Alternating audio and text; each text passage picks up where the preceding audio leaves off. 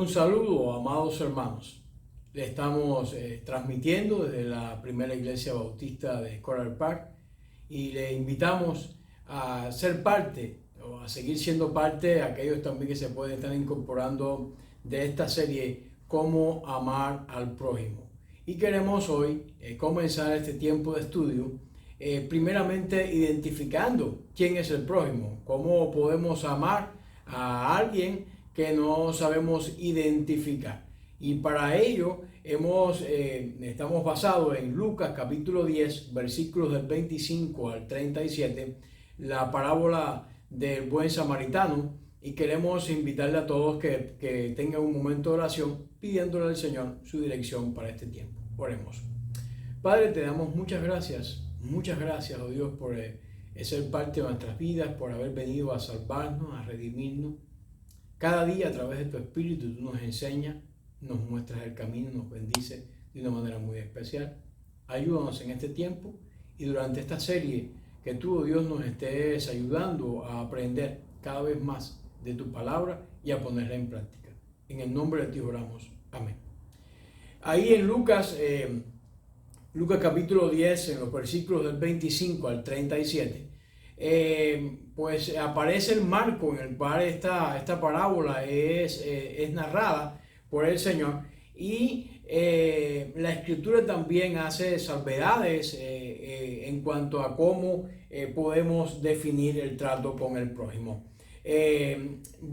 Mirando estos primeros versículos del 25 al 28, podemos descubrir cómo la Escritura evidentemente tenía muy definido cómo debía ser el trato de las personas con relación al prójimo.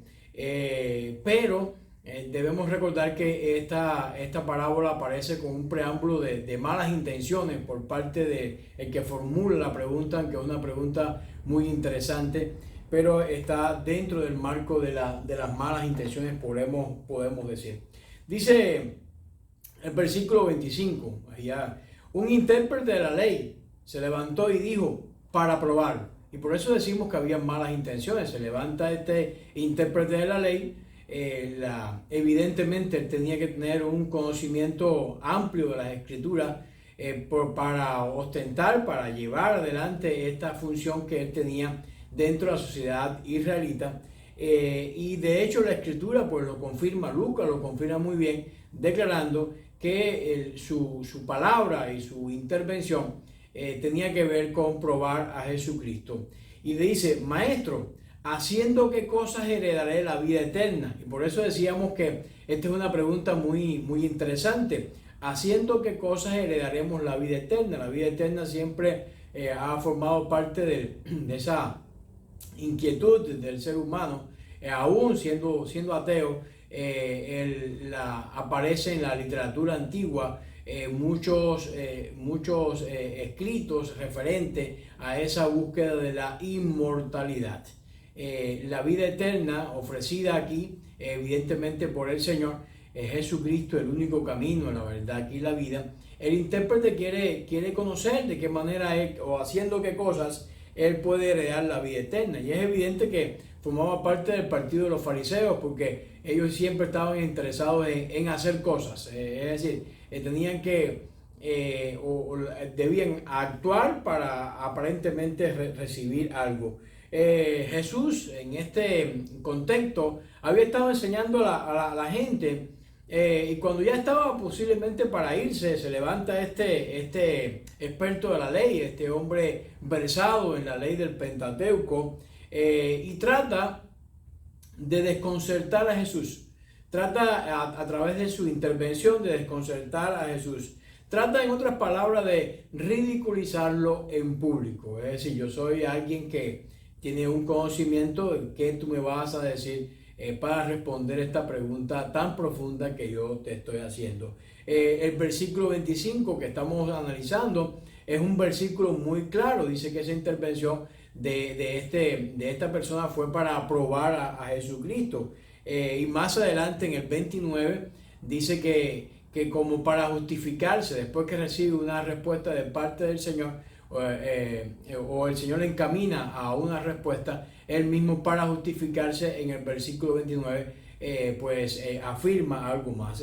Podemos mirar entonces que este hombre podía ser una persona muy llena de conocimiento bíblico, pero estaba muy distante de ser una persona honorable.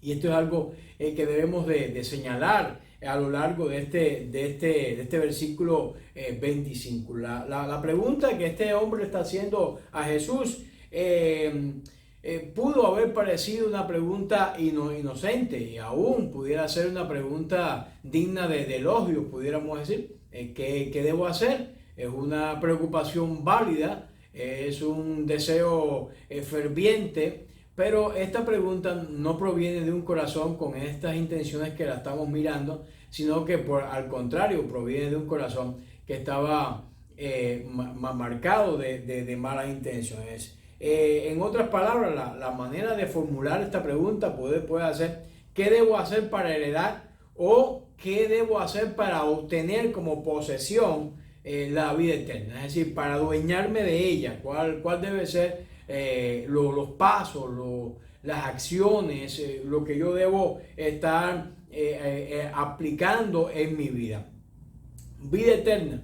Esta es una expresión muy hermosa. Y pudiéramos decir que algo superlativo, preciosamente hablando, se refiere no solo al tipo de vida que tiene una corta duración, sino una que tiene la cualidad, incluye el tesoro de no terminar, pero además también incluye el tesoro de contener el amor de Dios derramado en nuestros corazones, como dice Romanos capítulo 5, versículo 5. Ese amor de Dios también es parte de ese regalo de la vida eterna.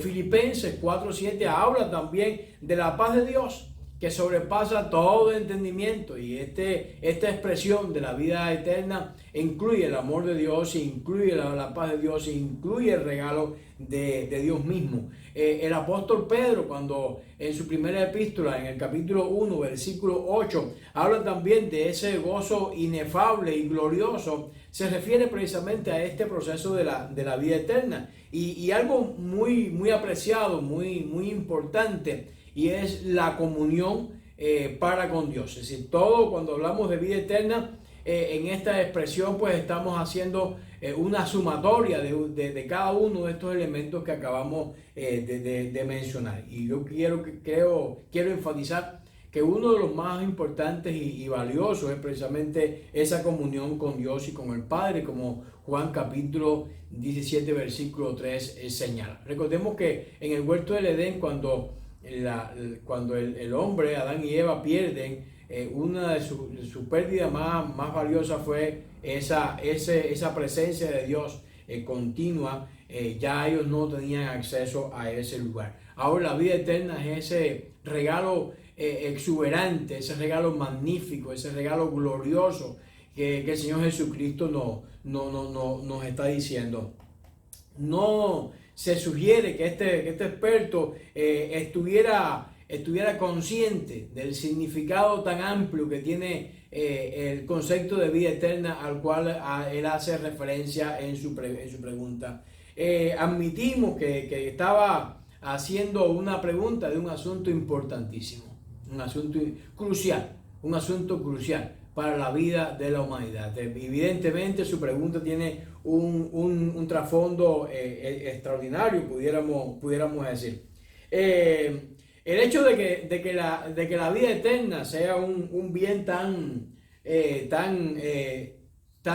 glorioso, de alguna manera también causa un poco de repugnancia. Que este hombre, siendo un experto de la ley, alguien que estaba profundamente empapado de la grandeza de la escritura, sea capaz de formular esta pregunta con el ánimo de estar, ¿cómo decir?, probando al maestro o probando a alguien. Vamos ahora a obviar que estaba hablando con Jesucristo. A cualquier persona, es decir, una pregunta malintencionada, con mala idea, evidentemente está siendo o deja mucho que desear de una persona considerada un experto en la ley. ¿Cómo el Señor pues le va a responder? ¿De qué manera Jesucristo responde? Porque el Señor siempre con sus salidas tan sabias hace lo que aparece en el versículo 26. El Señor le responde su pregunta con la seguridad, con lo que ya está escrito en la palabra, con lo que ya la Escritura nos define, y que él, como experto en la ley, evidentemente debía de haber tenido un conocimiento vasto de esa materia. Y él dijo, se refiere a Jesucristo, ¿qué está escrito en la ley? ¿Qué está escrito en la ley? ¿Cómo vas a hacer esa pregunta? Dime, ¿qué está escrito en la ley? ¿Cómo lees? Es decir, ¿de qué manera llevas tiempo estudiando las Escrituras y no has descubierto una respuesta precisa, acertada, concisa, clara a esa pregunta que está formulando en esta misma pregunta? Como respuesta, el versículo 27 habla que como respuesta el hombre citó: ama al Señor tu Dios con todo tu corazón y con todo tu ser y con toda tu fuerza y con toda tu mente, y ama a tu prójimo como a ti mismo. Ya hacíamos referencia a la manera en la cual Jesús hace una respuesta a esta interrogante. De una forma maravillosa, Jesús elude la pregunta, y en vez de responderle, le hace al doctor de la ley una contrapregunta.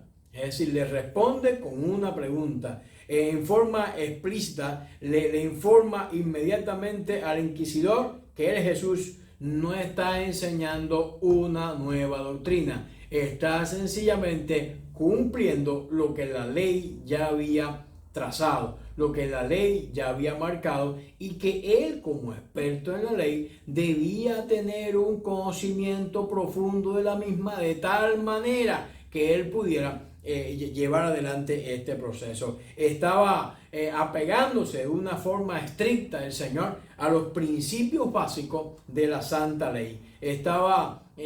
No estaba divagando ni estaba buscando otros ingredientes, estaba buscando esa respuesta. La respuesta del experto en la ley reafirma de manera correcta lo que aparece en Deuteronomio capítulo 6, versículo 5, y evidentemente él lo conocía: y amarás a Jehová tu Dios con todo tu corazón y de toda tu alma y con toda tu fuerza. Y Levítico capítulo 19, versículo 18, que señala: no te vengarás ni guardarás rencor con los hijos de tu pueblo, sino amarás a tu prójimo como a ti mismo, yo Jehová. Estas son citas del Antiguo Testamento que este experto en la ley pues evidentemente está pues conociendo. Y es que la esencia misma de toda verdad y de la Escritura es el amor. La esencia misma de las Escrituras es el amor, es la generosidad, y de esta forma debe tener como objeto tanto a Dios como al prójimo, como estos versículos que acabamos de leer y que el experto debía conocer, evidentemente reafirman e indican. ¿Qué relación con Dios, con todas las facultades que Dios le ha dado al hombre, debe ser de todo corazón y con respeto al prójimo, y no puede ser menor en extensión, ni en inferioridad, ni en calidad que el amor por uno mismo? La pregunta sería, entonces, ¿estaría dispuesto ese experto a probarse a sí mismo, formularse esa misma pregunta, pero a sí mismo? Ya de alguna manera, éticamente, tiene que haber existido ciertas contradicciones en su mente y en su corazón. Y es que la ley no estaba sencillamente para conocerla, no aparecían estos versículos en la Biblia para que él fuera un experto en el conocimiento de los mismos. La ley está sencillamente para obedecerla, y es por eso que Jesús aprovecha precisamente esa brecha, esa debilidad, eso que no estaba haciendo, y le dice, entonces Jesús le dijo: has respondido correctamente, has respondido correctamente. Ahora, la siguiente parte: haz esto y vivirás. Esa es la vida eterna. La vida eterna es ese proceso de amor. Evidentemente la respuesta de Jesús es una respuesta clara. Si algún ser humano realmente cumpliera la ley del amor a la perfección, es seguro que obtendría la vida eterna. Es seguro que obtendría la vida eterna. No había nada de malo en este alto requisito de la ley. Dice Romanos capítulo 7 versículo 12, la ley es santa y el mandamiento es santo, justo y bueno. Es decir, no hay nada de malo en la ley. El Señor no vino para abrogar la ley, sino para cumplirla, y está instando a este experto en la ley que él la cumpla. Pero necesitamos sencillamente la gracia del Señor y la compañía de su Espíritu para poderlo hacer. Y es lo que los fariseos en ese tiempo no llegaron a comprender. Dice Gálatas también capítulo 3 versículo 12, el hombre que hace estas cosas vivirá por ellas. El problema no está con el principio divino, que la perfecta obediencia tiene resultado como la vida eterna. ¿Qué entonces es lo que está mal? Pablo responde a estas palabras. Sabemos que la ley es espiritual, pero yo soy carnal, vendido al pecado, dice Pablo en el capítulo 7 de Romanos. Es decir, no hay ningún problema con la ley, el problema soy yo, que soy vendido al pecado, según dice Pablo. Si el experto de la ley solo reconociera esto, si solo reclamara, oh Dios, sé misericordioso hacia mi pecador, si hiciera esto, Jesús podría darle una respuesta adicional a esa pregunta legalista que este experto de la ley estaba formulando. Como dice la Escritura, ven a mí, tú que estés trabajado y cargado, y yo te haré descansar. Evidentemente Jesucristo tenía una respuesta para esta manera. Sin embargo, este experto en la ley es justamente lo contrario. Él sabe por supuesto que de ningún modo ha llegado, que no ha alcanzado la meta de la perfección, de modo que trata de disculparse para estar pensando, la ley no es muy clara, especialmente en la cuestión de amar al prójimo. De todos modos, ¿quién es mi prójimo? Es la pregunta que se hace este hombre, pero está claro en los versículos que hemos leído del Antiguo Testamento y que él es un experto en los mismos, está claro quién es el prójimo. Jesús provee una definición y una descripción precisa más adelante en los versículos a través de la parábola que vamos a ver. Pero su intención ya es bien clara, es bien marcada. Está tratando de tentar a Jesús para que dé un paso en falso, para que diga una palabra maldicha.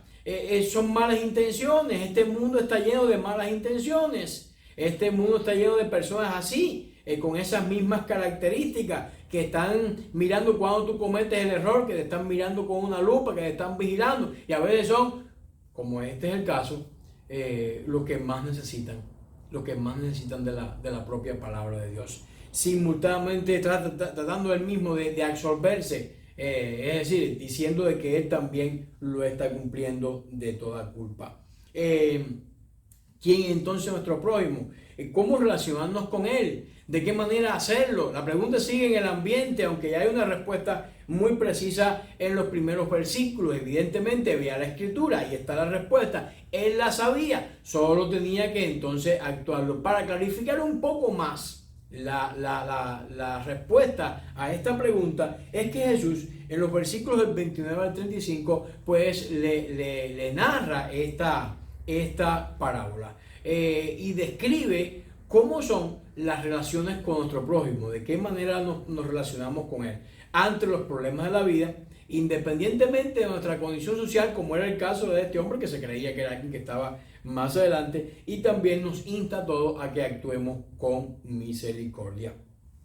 Cuando miramos en los textos que acabamos de mencionar, versículos del 29 al 30, dice, pero él queriendo justificar a sí mismo, dijo Jesús, ¿y quién es mi prójimo?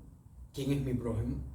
Una pregunta que podía excluir a un grupo social, como los samaritanos, podría incluir a ciertas personas, pero otros quedarán fuera. Respondiendo a Jesús le dijo, un hombre descendió de Jerusalén a Jericó y cayó en manos de ladrones, los cuales le despojaron e hiriéndole se fueron, dejándole medio muerto. Sobre este punto hay una gran variedad de respuestas de opiniones entre los judíos. hay quienes pervertían de alguna manera el mandamiento de Levítico 19 y 18 que ya acabamos de leer, haciéndolo decir: amarás a tu prójimo y aborrecerás a tu enemigo. Jesús refuta esta interpretación recordando lo que dice verdaderamente Levítico 19 y 18: no te vengarás ni guardarás rencor de los hijos de tu pueblo, sino amarás a tu prójimo como a ti mismo. Y eso tiene la firma, este versículo termina con la firma de Dios: yo Jehová. Es decir, para que no quede ningún tipo de duda de parte de quién viene el mensaje. El mensaje viene de parte del Señor. Y siempre esto aparece en el Antiguo Testamento cuando el Señor quiere enfatizar o reafirmar algo como muy, muy importante. En Mateo capítulo 5, el Señor había enseñado algunas de estas cosas. Oíste que fue dicho: amarás a tu prójimo y aborrecerás a tu enemigo. Pero yo os digo: amad a vuestros enemigos y bendecid a los que os maldicen, y haced bien a los que aborrecen, y orad por los que os ultrajan y os persiguen, para que seáis hijos de vuestro Padre que está en los cielos, que hace salir el sol sobre malos y sobre buenos, que hace llover sobre justos e injustos. Pero si aman a los que os aman, ¿qué recompensa tendréis? ¿No hacen también los mismos los publicanos? Y si saludáis a vuestros hermanos, no solamente, ¿qué hacéis de más? ¿Qué hacen también así los gentiles? Sed pues vosotros como vuestro Padre que está en los cielos es perfecto. Sean perfectos. Y comienza el Señor a mostrar en el versículo 30 esta parábola: cierto hombre, o simplemente un hombre. No se dan detalles de esta persona, aunque Jesús no dice su nacionalidad a la que pertenecía la persona. La historia misma deja claro que era un hombre judío, Si no hubiera sido judío, el Señor así lo hubiera hecho saberlo, nos hubiese contado. Este hombre que nos cuenta la historia en el versículo 30, esta narración del versículo 30, está bajando de Jerusalén. Jerusalén tiene una altura de unos 900 metros sobre el nivel del mar, a Jericó, que está a 300 metros bajo el nivel del mar. Es decir, tenía que descender una buena cantidad en su altitud. Puesto que la distancia entre Jericó y Jerusalén no era tan larga, unos 27 kilómetros, inmediatamente es obvio que había un descenso empinado. Quien ha estado en Jericó y ha estado en Jerusalén, ha caminado por esos lugares, se percata de que hay un descenso muy, muy abrupto, y este hombre tenía que hacer ese descenso caminando.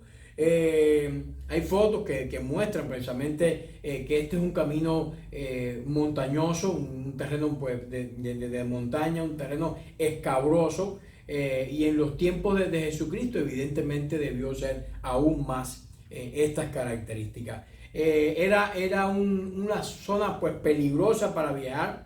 Estaba bordeado por muchas cuevas que facilitaban la huida de los ladrones y de criminales, y refugiarse en esos lugares, y también estar pendientes cuando los transeúntes pues caminaban ahí vulnerables, y era algo posiblemente común en esa época. Según la parábola, este hombre viajaba solo, y haciendo esa trayectoria que acabamos de describir, sufre el ataque de los salteadores. ¿Cómo huir con un terreno tan abrupto, un descenso tan empinado? La huida era imposible. Como el griego original enfatiza un poco en esto. Los ladrones lo rodearon, lo despojaron, y podemos estar seguros que no solamente de la ropa, sino de todo lo que llevaba consigo, sino hasta el punto que había estado cabalgando en un burro, ahora se lo quitaron, se llevaron el dinero, no se permitió quedar con nada. Rápidamente este hombre quedó indefenso, golpeado, tirado en el piso, golpe tras golpe. En otras palabras, pudiéramos imaginar que lo molieron a palo. Le habían pegado una y otra vez, y medio muerto lo dejan en el medio del camino. Esto es lo que comienza narrando este versículo 30. ¿Y qué hicieron los ladrones? Lo que hacen los ladrones, pues después que cometieron su fechoría, dice que se fueron. Vendrá alguien a rescatarlo, está a punto de morir, si se muere bien, y si no también ese no era el problema que tenían los ladrones. Hay veces que la vida nos puede golpear con eventos muy desastrosos e inesperados. Y en esos son los momentos en los cuales sabemos quiénes son los que están verdaderamente dispuestos a ayudarnos y verdaderamente dispuestos a estar cerca de nosotros. Este es el problema que traza o que muestra esta parábola. Este hombre está vulnerable, ha perdido todo lo que tenía, pero por si fuera poco ha perdido también la salud porque ha quedado magullado, golpeado, está imposibilitado de defenderse por sí mismo, está imposibilitado de hacer algo al respecto. Y ahora viene entonces, ¿quién va a ser la persona que va a estar ayudando a este hombre? Dice el versículo 31 y 32. Aconteció que descendió un sacerdote por aquel camino y viéndolo, pasa lo impensable, pasó de largo, dice la escritura. Asimismo un levita, llegando cerca de aquel lugar, viéndolo, también pasó de largo. Si uno puede pensar que estas dos personas que tenían un vínculo religioso y un conocimiento de la misericordia, de la ley, venían precisamente de ministrar, posiblemente vendrían caminando desde Jerusalén, donde estaban ministrando, posiblemente habían venido a finalizar un servicio, pudiéramos decir. Qué falta de sentimiento la de estas personas. Y eso, un sacerdote, un hombre santo. De hecho, solamente uno que había un rato había estado hablando del amor de Dios, a lo mejor había estado también mencionando este pasaje de Levítico capítulo 19, versículo 18. No sabemos, ya estamos haciendo conjeturas, ya estamos ampliando, no sabemos qué estamos, es una parábola, pero nos habla acerca de qué debió haber hecho este hombre y no hizo. Había salido de cumplir sus deberes sagrados, estaba probablemente de regreso a su casa, viajando de Jerusalén a Jericó, donde vivían muchos sacerdotes y muchos levitas. Este sacerdote, judío por cierto, se niega a prestar ayuda a su compatriota judío también.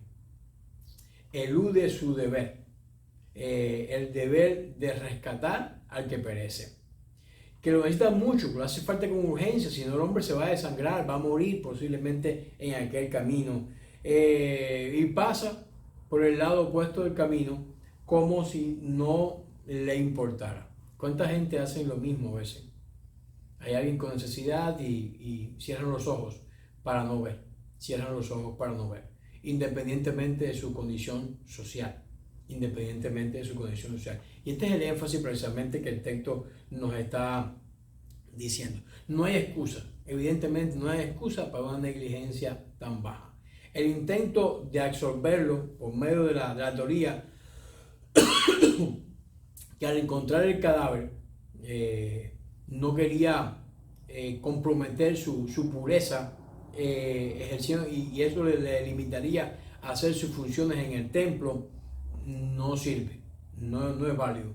En primer lugar, no iba camino hacia el templo, iba camino a su casa. Y es posible que no tuviera que regresar al templo hasta una temporada después. Así que no hay nada que uno pueda hacer para justificar la actitud de este hombre. Aún es más importante el hecho de que mostrar misericordia a los que están en necesidad era un requisito imperativo y fundamental de la ley. Así lo habla Miqueas capítulo 6, versículo 8. Si se les requería a los israelitas mostrar misericordia aún con los extranjeros, aún con los enemigos, como nos habla Éxodo capítulo 23, versículo 4. Más entonces con un hermano israelita.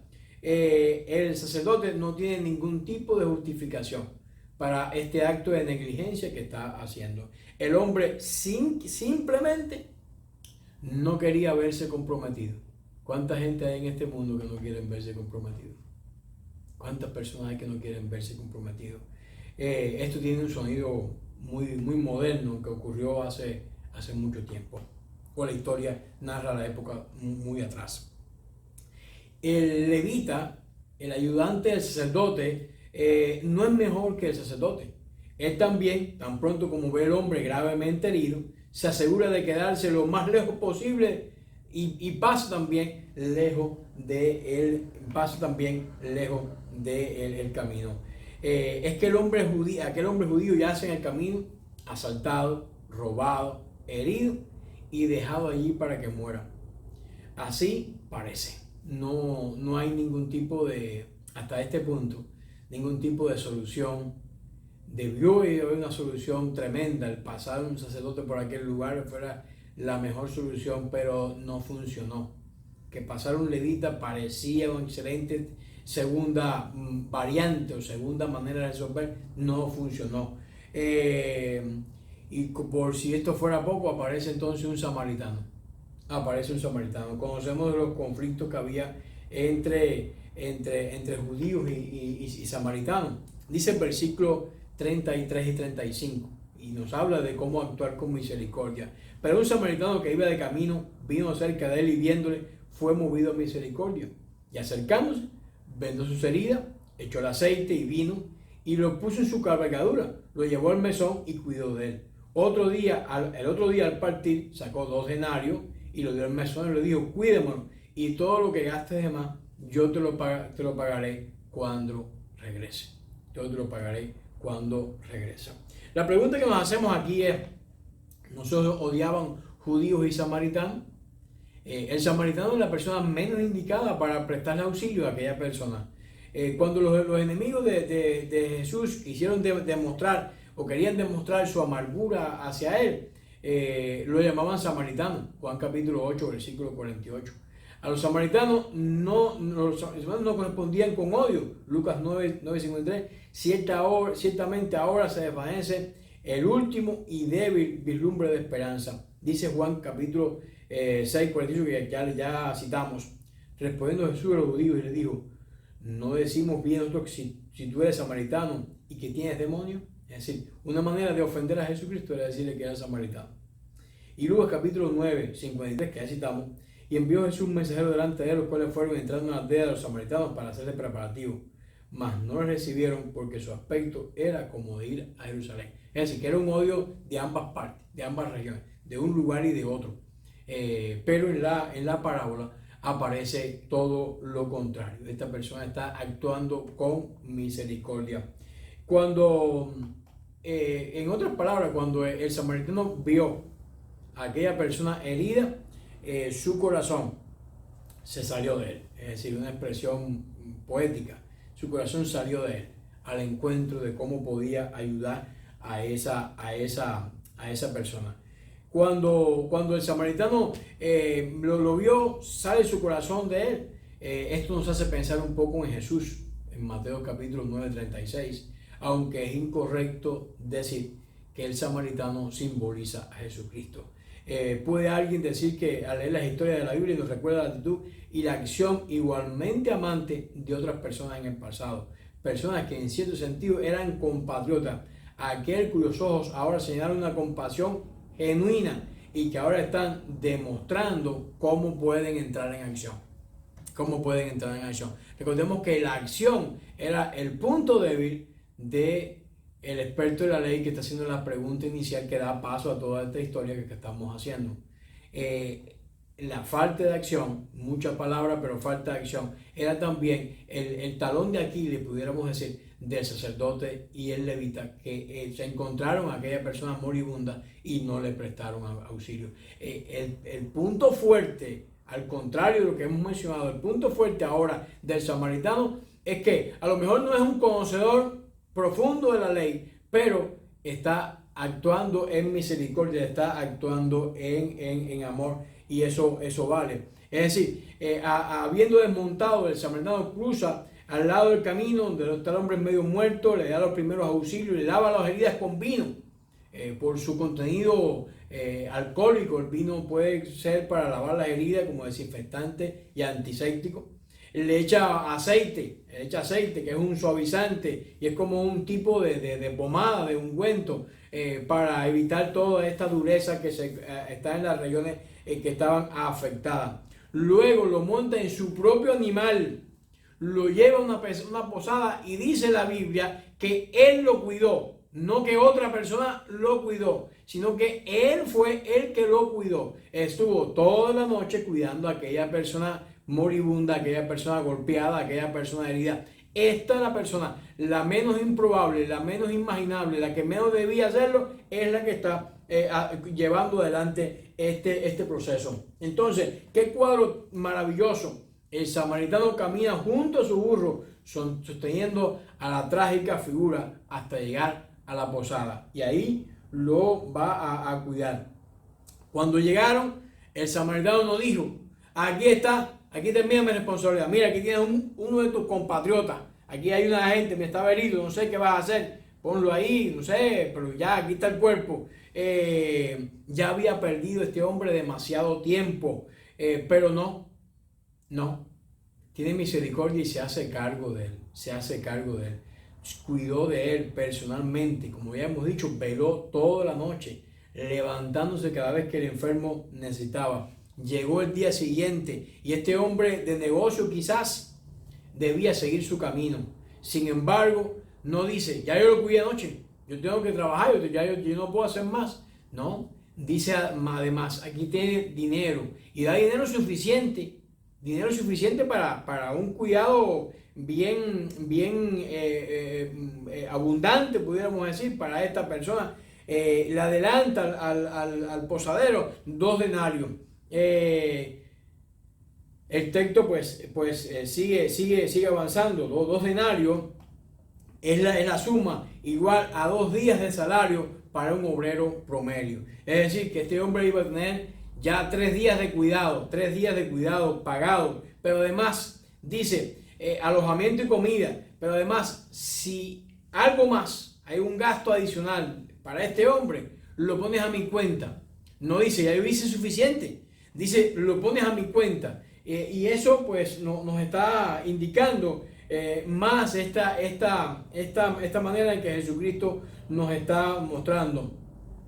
El samaritano tiene cuidado de asegurarle al posadero que no sufrirá una pérdida alguna, que cuando venga de regreso yo mismo pagaré los gastos adicionales que puede incurrir. Así que cárgalo a mi cuenta. No se lo cobres a él, porque ya uno puede decir: pues ya él puede trabajar.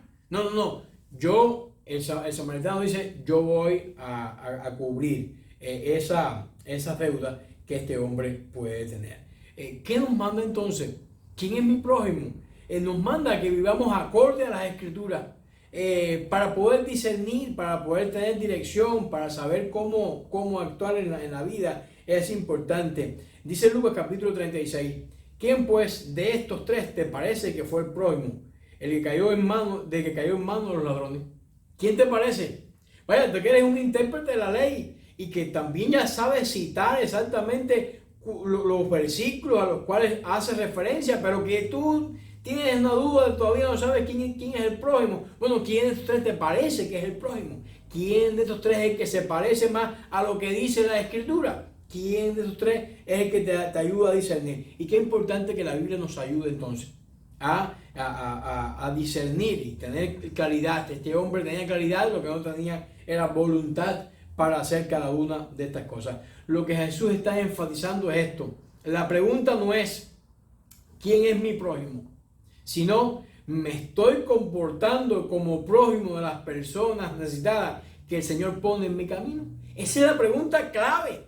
La pregunta es: no es tan importante que tú estés buscando tecnicismo de saber cómo o de qué manera la Biblia define prójimo. La pregunta más importante, intérprete de la ley, que debes tú hacerte es que si tú te estás comportando a la altura de que esa misma ley te está diciendo lo que tú debes hacer, y si tú lo estás haciendo sí o no. Te está indicando y mostrando un ejemplo de lo que debe hacer. Y el samaritano es la persona que está dando las premisas para que tú sepas quién es el prójimo, y también que sepas y tomes este ejemplo de cómo tú puedes hacer con aquellas personas que están en tu radio de acción, en tu radio de alcance, que están cercanos a ti y que tú puedes ayudar de una manera extraordinaria. El versículo 37, él le dijo: el que usó como de misericordia. Entonces Jesús le dice: ve y haz tú lo mismo. Ves y haz tú lo mismo. En otras palabras, la Biblia, el conocimiento que él tenía, le está ofreciendo dirección. Jesús le dijo: ve y continúa haciendo lo mismo. que quiere decir, este es tu estilo de vida, debe ser tu manera de actuar de ahora en adelante. No hagas más preguntas que acciones, no estés tan preocupado sino que estés practicando el amor, la bondad, la generosidad y estés iluminando con la luz y el amor de Cristo a este mundo que está en tinieblas, a este mundo que camina al mal. Tú sé algo diferente, tú estés para cuidar a tu prójimo. ¿Quién es tu prójimo? Todo el que tú puedas ayudar. Ayuda a toda persona. Ese es tu prójimo. Ese es tu prójimo. Y ayuda con toda la fuerza que esté a tu disposición para hacer esa misma ayuda. Jesucristo ofreció ese sacrificio sustitutivo de sí mismo, de su vida, en una perfecta obediencia. Ha hecho por nosotros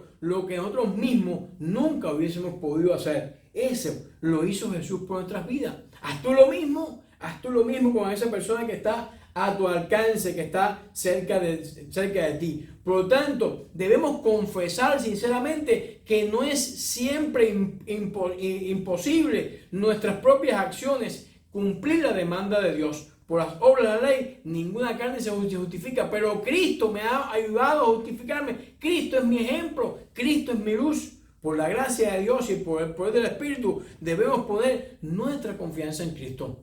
Es el que nos está enseñando, Él está modelando para nuestras vidas. Y en gratitud por la salvación y por los méritos de Cristo, hemos recibido un don gratuito y bien dotado del Espíritu Santo. Y ahora vivimos en gloria en ese Dios trino. Ahora nuestras vidas en la tierra debe estar consagrada a amar a Dios y amar al prójimo de una manera lo más profunda y clara posible. El hecho mismo de que Jesús creara y relatara esta palabra nos muestra qué clase de Salvador es, porque Él está dispuesto también a tener misericordia de nosotros, a cuidarnos. De hecho, ya nos ha rescatado de la paga del pecado, nos ha dado ese regalo de la vida eterna a través de Jesucristo. ¿Qué clase de persona entonces quiere Jesús que tú seas? Uno que esté cuestionando los elementos de quién es mi prójimo, o alguien que esté considerando de que todo el que esté a mi alrededor es mi prójimo y necesita de mi ayuda, y yo lo voy a hacer en la medida en la que Dios me esté sosteniendo y me esté guardando. Por lo tanto, ¿quién es mi prójimo? La Escritura lo va a estar definiendo de una manera clara, lo define con cómo tratarlo. Está bien claro en la palabra. Hemos citado varios versículos donde aparece esta expresión. Además, cómo relacionarnos con el prójimo no depende de tu posición en la iglesia, si eres diácono, pastor, ministro, líder. Depende de tu corazón entregado a Jesucristo, independientemente de tu condición social, del tiempo que lleves de bautizado, de cristiano. No importa. Lo que sí importa es que tú estés practicando el amor y la fidelidad de Jesucristo y estés actuando con misericordia. Y más adelante vivamos entonces de acuerdo a lo que dice la Escritura. Eso es lo que Dios pide en nuestras vidas, para que podamos discernir, para que podamos tener dirección y para que podamos ayudar. ¿Quién es tu prójimo? Todo el que te rodea. Esos necesitan tu ayuda. Estés tú dispuesto a ofrecérsela. Oremos. Padre, en esta hora te damos gracias.